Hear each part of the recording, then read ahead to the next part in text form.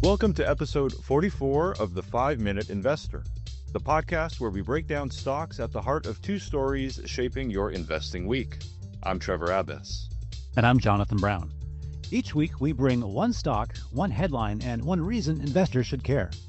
This week, we're examining a pair of stocks with operations based in Greenland, a resource-rich territory under Danish control, currently commanding the world's attention following U.S. President Trump's numerous threats of annexation.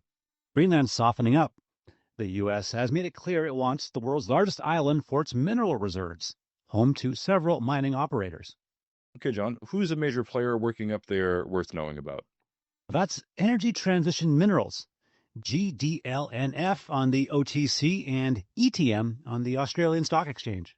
And what's its story?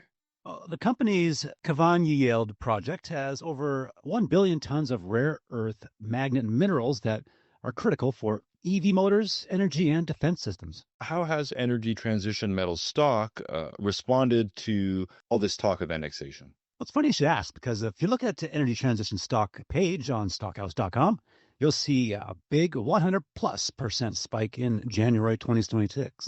But there are some volatile gains and losses day to day here and there as, news around Greenland twists and turns. Okay, but hasn't the company been hindered by government regulations over the past few years? Yes, true. Just over 4 years ago, Greenland passed an act that bans uranium exports over 100 parts per million. That stalled the project's exploration license because its ore is quite a bit higher than that. The company has taken arbitration action and now waits for the government to change to a body that would greenlight this operation. Sounds like a long shot to me. Well, Energy Transition Minerals isn't exactly crippled by this legal limbo. It does have mining projects outside of Greenland, too. Also a market cap of around 300 million Canadian dollars. Its stock has also risen nearly 90% since this time last year on the Australian market. In the U.S., it's climbed nearly 100% in that time, trading around a dime a share. The company is also standing before a vault of riches, but a gatekeeper holds the key. Meanwhile, another company is exploring a series of smaller, unlocked doors. Yes, that's right, John. As Greenland's fate is debated in the press, a fundamentally sound operator known as Amaroq is advancing an untapped gold and critical metals portfolio across the Danish territory with a high conviction case for long-term growth, regardless of Trump's whims. So from a 10,000-foot view, what's the fundamental premise here? Well, John, Trump's imperialist blunder, if followed through on, would put the NATO alliance in jeopardy. And without this pillar of world peace, conjectures about a potential World War III could reasonably begin to creep into the picture. Oh, so what's the investment angle that listeners should be paying attention to here?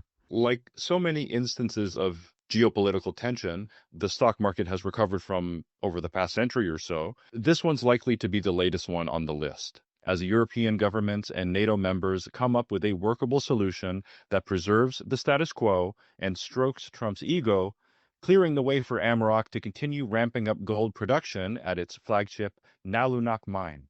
The mine houses more than $2 billion US in gold in the ground and is generating cash flow, which the company will put towards its high-potential gold and critical metals portfolio across Greenland, which is expected to deliver positive news flow into the next decade. So what's Amaroq's stock trajectory been like so far? It's actually been on the rise, adding more than 200% since adopting the Amaroq name in 2022, and more than 35% since Nalunaq poured its first gold in November 2024, proving the company to be a solid option, in my opinion, when it comes to harvesting leverage above fluctuations in the gold price, which, comparatively, has added only 152% since 2021. Well, I heard through the grapevine that the U.S. government may play an active role when it comes to Amaroq's potential to generate shareholder value. Is that true? Indeed it is. As per comments from Amaroq CEO Elder Olafsson, which I'll post in the show notes, confirming that the company has held discussions with U.S. officials about a potential investment in its mining projects. Though no transaction has been set in stone, the institutional interest, from the largest economy in the world no less, coupled with the company's bespoke leadership team, goes a long way towards de-risking a long-term investment. As always, you can find links to the articles from today's episode in the show notes and more investing insights on stockhouse.com. And you can find the 5-Minute Investor on Spotify, YouTube, iHeartRadio, Podbean, Stockhouse, or wherever finer podcasts are found. This podcast is prepared in partnership with Energy Transition Minerals and Amaroq and is intended for informational purposes only. For full disclaimer information, visit themarketonline.ca/disclaimer.